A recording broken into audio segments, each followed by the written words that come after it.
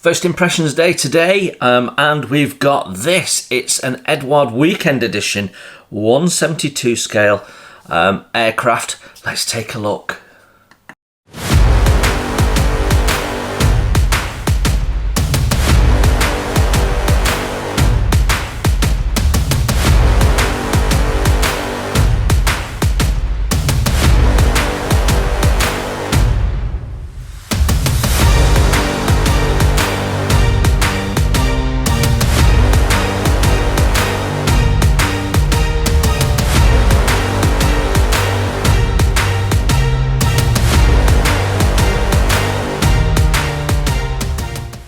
Hello, welcome to Model Kit Store, first impression day. My name is Jason, and this might look like a 109. It's not a 109, yet it very much is a 109.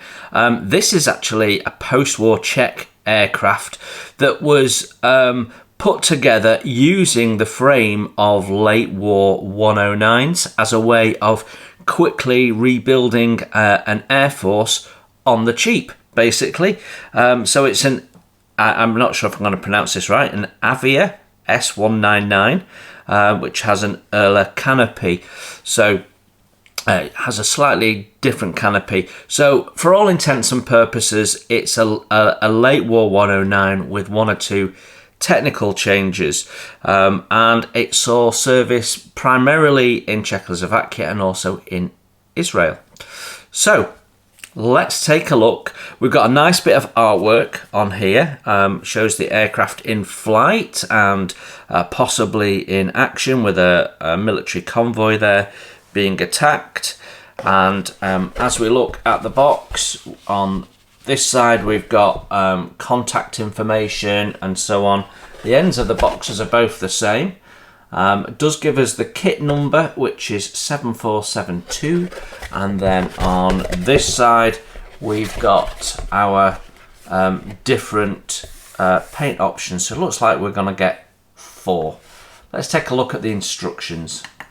So we've got an A4, quite glossy, colourful, colour printed, stapled build manual that kicks off with some history. Quite a bit of history actually, and then as we open up, we've got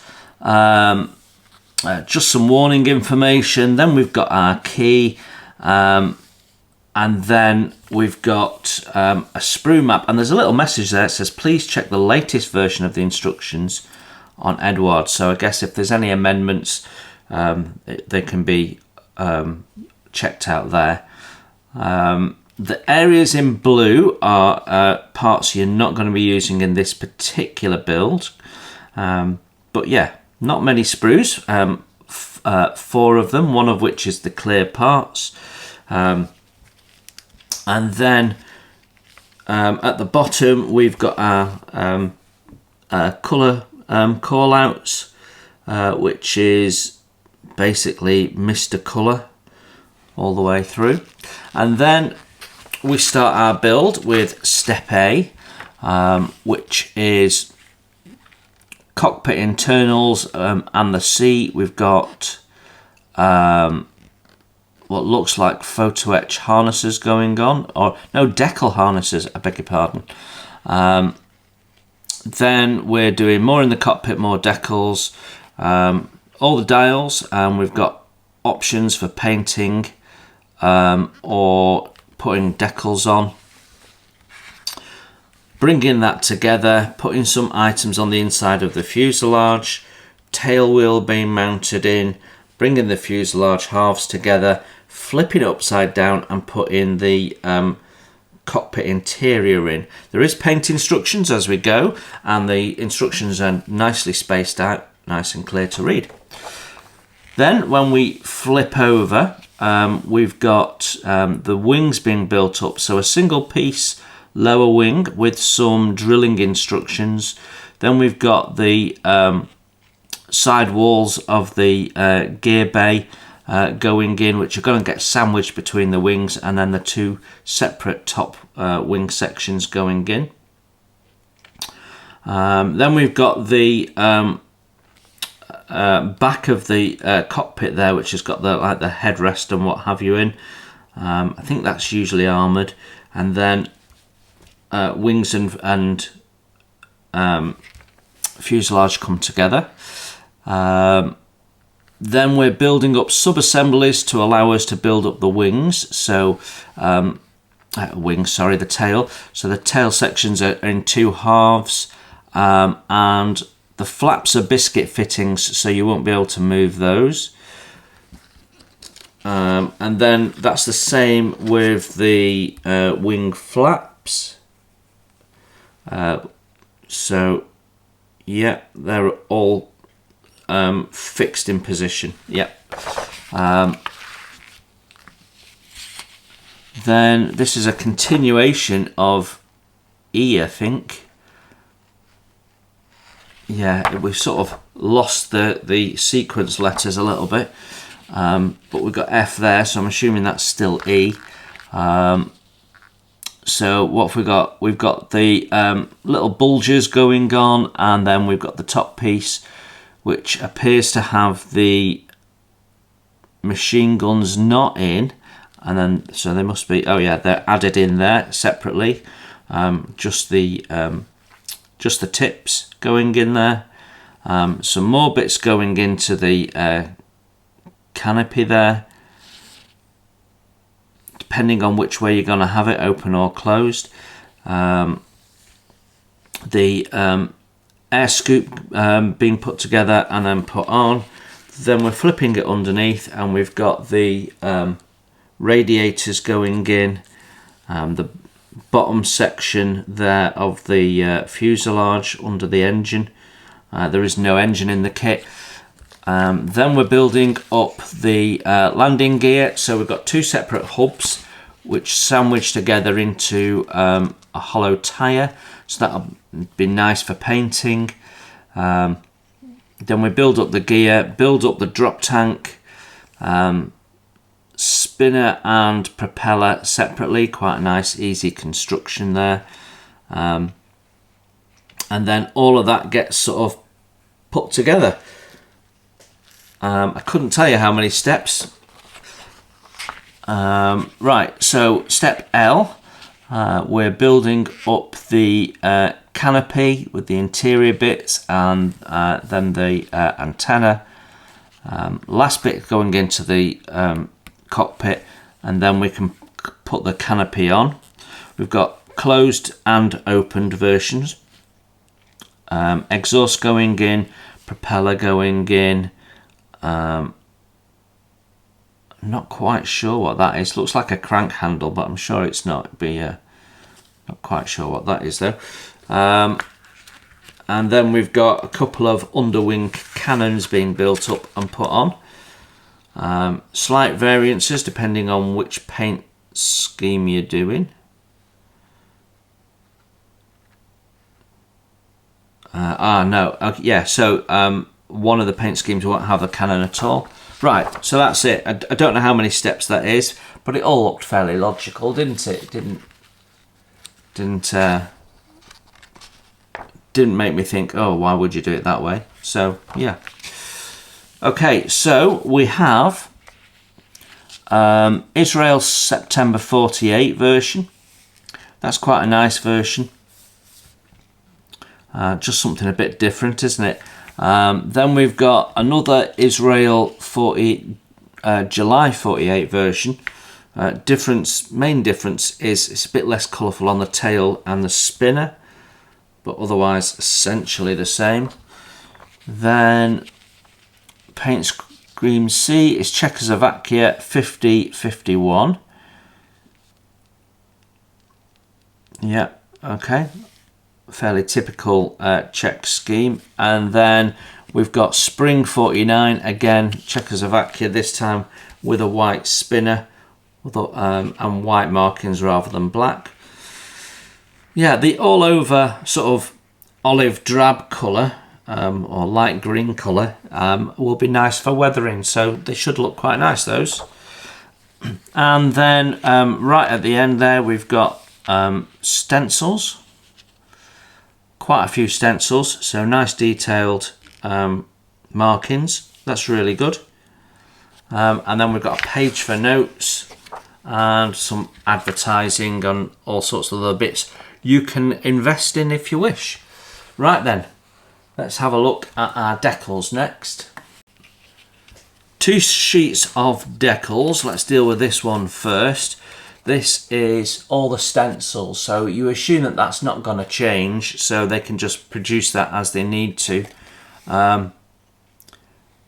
This is the new style of decals, I think, which, because there's an awful lot of decal film on them. Not sure, but I think this is the system where you put them on and then you peel it off or something like that. So not for me, I don't think. This isn't my kit. I'll be giving it back to the owner when I've done. But yeah, I don't like their new decal way of working, so not gonna do it. But the actual decals themselves, ignoring the method, look nicely done. Very, very detailed. Register is nice. Colour is vibrant. So yeah, I quite like those. And then let's have a look at this other one. So these came in a separate bag with covered in a little bit of tissue paper. Okay, so yeah, again, we've got nicely spaced out decals, clearly marked. It's hard to know whether they're thick or not because they've got this extra film over them. But they all look great. I mean, the definition on the dials is really lovely. So yeah. Not sure about the harnesses. And yeah, I'm not sure how easy it's going to be to take that top film off once you've installed the harnesses. I think that's a bit rubbish. Yeah, okay. There's lots and lots of debate about Eduard decals, so I'm not going to get involved in that. I think everyone's had to say by now. But I don't buy Eduard kits anymore because of the decals. Plastic parts now, and we're going to start with the clear parts. So we've got a rectangular frame here with all our little bits going off. So from small wing lamps to the larger bits for the canopy. Different front windscreens there and 3 different canopy types. So yeah, really interesting. They're very, very clear. And yeah, there is no imperfections in them that I see. We don't have any spidering or anything like that. Distortion, well, there's bound to be some, but it's not bad, you know. It's really not bad. These are good clear parts. Yeah, no real issues with those. Yeah, very nice actually. Hi, hope you're enjoying the video. I put a lot of effort into making these videos, putting them together, recording them, editing. It takes up so much time. I would really love it if you could just hit that like button for me. It will take you a fraction of a second and it costs you nothing, and it means so much to me and the channel, and will help other people who might enjoy this video find it. You done it? Thank you. Right then, first plastic sprue we're looking at is C. It's the largest sprue in the box, got lots of small parts on it. It's nicely spaced out though, easy to see where everything is, and to get in with your nippers, always a consideration. So we've got all sorts of tiny little parts, a little crank handle for the engine. I'm sure it's not that, but that's what it looked like. Probably a step or something. We've got the tyres there. No real tread or anything on those, but that's probably right. There's some nice surface detail, as you would expect from an Eduard kit. Very delicately done. Exhausts, very well moulded. nice and thin. They really look to scale. Really like those exhausts. They look fabulous. Yeah, nice detail on the rivet detail, all countersunk of course, but really nicely done. Landing gear is good. Sprue gates look quite chunky because the parts aren't, but actually they're not too bad. The hubs look good. We do have on this, there's two different sets of tyres, so totally smooth, and then these ones have all those little divisional lines on, which are quite familiar on 109s. The propeller, perhaps a bit thick, but gives you a good view of what it should look like. It's quite an unusual shaped propeller, I think. But our sprue gates are on the inside behind the spinner, so I really like that. More hubs, nicely detailed. Drop tank looks good as well. Tail wheel all moulded in one piece, but nicely defined and moulded, so should be easy to paint up. Then we've got our cannons, again nicely moulded. Nice detail on things like the hinges, lots and lots of lovely detail. It's all very crisp. There's a little bit of sink in some places. There's sink there, but I don't know whether that gets covered up. But there's no flash. Seam is minimal. It's pretty much plug and play. Yeah, and we've got sprue on the spinner, for example. We've got sprue gates that are on the back of the mating part, so you've got no surface cleanup, and that's been done throughout a lot of these parts. Now I'm looking at it through the other side. Yeah, very nice, lovely detail, crisply moulded, very nice indeed. Next sprue out, sprue D, has our wings on as the major parts, and then we've got bits on there for the flaps and also for the tail. Lovely detail. It's the first thing that strikes you is the lovely rivet patterns. It really does make a difference to how it looks. I don't think anyone really does surface detail quite like Eduard, do they? Yeah, that is really beautiful. Yeah, very nice. And that's the same through all the flaps, all the details there. Yeah, lovely. Really nice. I am not sure if we've got sink in one of those tail flaps. They're solid.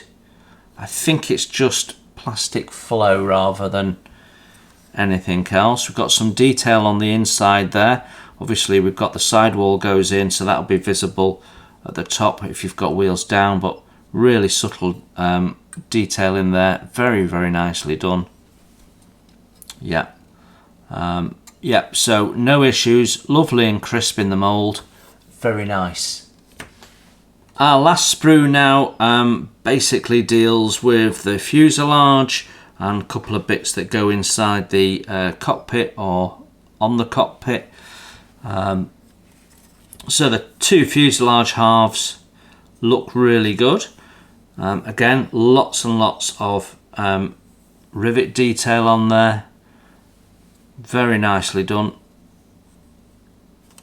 And then when we look on the inside, we've got some internal detail, but obviously we add more through the build. Again, our sprue gates are on the mating surfaces. Really nicely done. This one seems to have come away from its sprue, but the sprue gate has snapped rather than, so there's no damage to the part. So you can see there it's come away, but the part sits quite high proud, so it's sort of not a surprise. We'll repack that carefully. Yeah, the detail is stunning, nice and crisp. There's no issues with it. It's just stunning. Right, I'm going to take some photographs and then we'll sum up.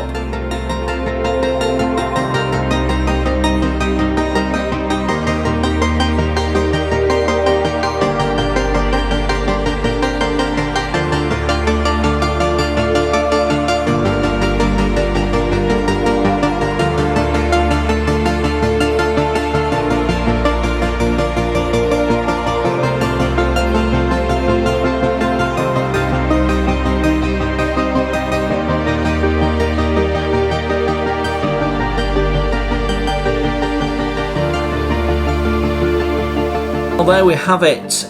Quite an unusual subject, post-war aircraft, immediate post-war aircraft. Familiar yet different. I like it, I gotta say I like it. So let's see, packaging, the box is oversized, the parts absolutely knock around in there. This isn't my kit, so I won't be building it. It's been loaned to me for the purposes of review, and the owner has absolutely backfilled the box with bubble wrap to make sure that everything doesn't move around in transit, and that is really wise because there's so much space in here. So yeah, so packaging not brilliant. All the sprues in one bag, you know, it's not great, but they're not alone in doing that.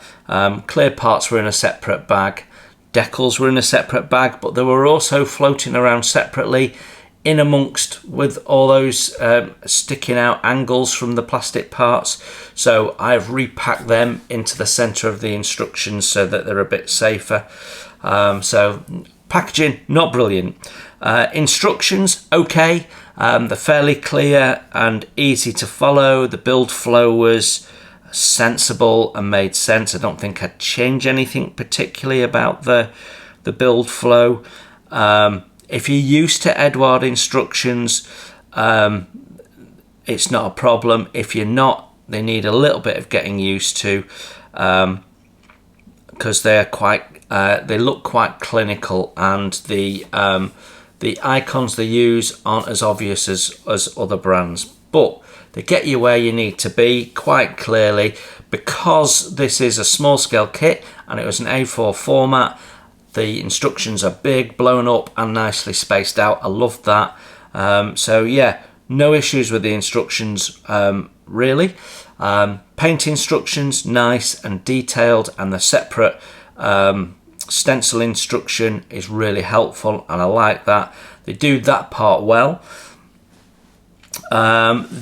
There's no resin and etch and all that sort of stuff in, because this is just a weekend edition, so it's just the kit.